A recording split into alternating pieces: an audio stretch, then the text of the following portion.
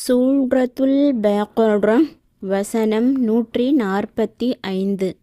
வேதம் வழங்கப்பெற்றோரிடம் எல்லாச் சான்றுகளையும் நீர் கொண்டு வந்தாலும் அவர்கள் உமது கிப்லாவை பின்பற்றப் போவதில்லை. நீரும் அவர்களின் கிப்லாவை பின்பற்றுபவர் அல்லர். அவர்களிலேயே ஒருவர் மற்றவரது கிப்லாவை பின்பற்றுவதில்லை.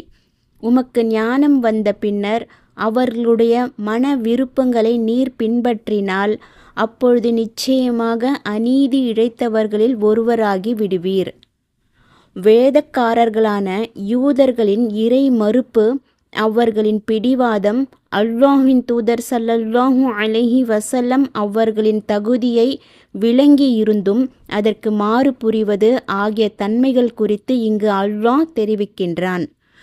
யூதர்களிடம் நபி ஸல்லல்லாஹு அலைஹி வஸல்லம் அவர்கள் கொண்டு வந்த அனைத்தும் உண்மையே என்பதற்கு எத்தனை சான்றுகளை காட்டினாலும் நபி ஸல்லல்லாஹு அலைஹி வஸல்லம் அவர்களை யூதர்கள் பின்பற்றவே மாட்டார்கள்.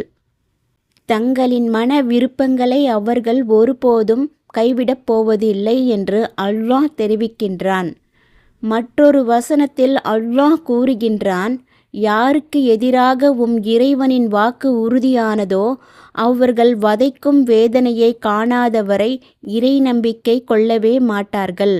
அவர்களிடம் அனைத்து சான்றுகளும் வந்தாலும் சரியே.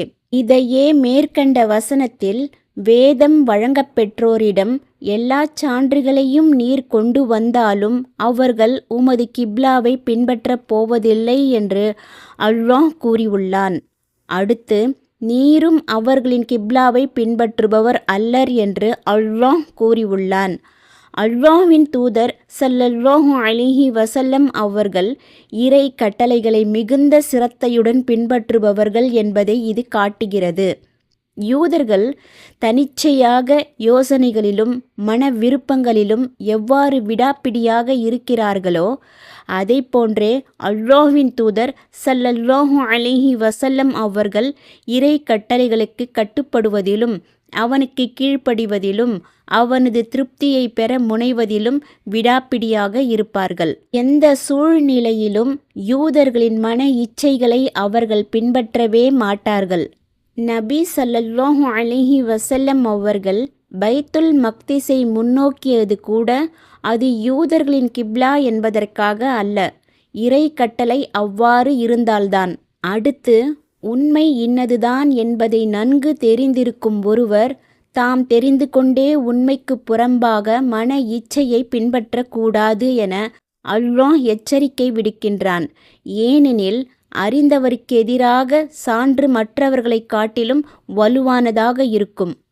எனவேதான் உமக்கு ஞானம் வந்த பின்னரும் அவர்களுடைய மன விருப்பங்களை நீர் பின்பற்றினால் அப்பொழுது நிச்சயமாக நீர் அநீதி இழைத்தவர்களில் ஒருவராகி விடுவீர் என்று அல்லாஹ் கூறியுள்ளான்.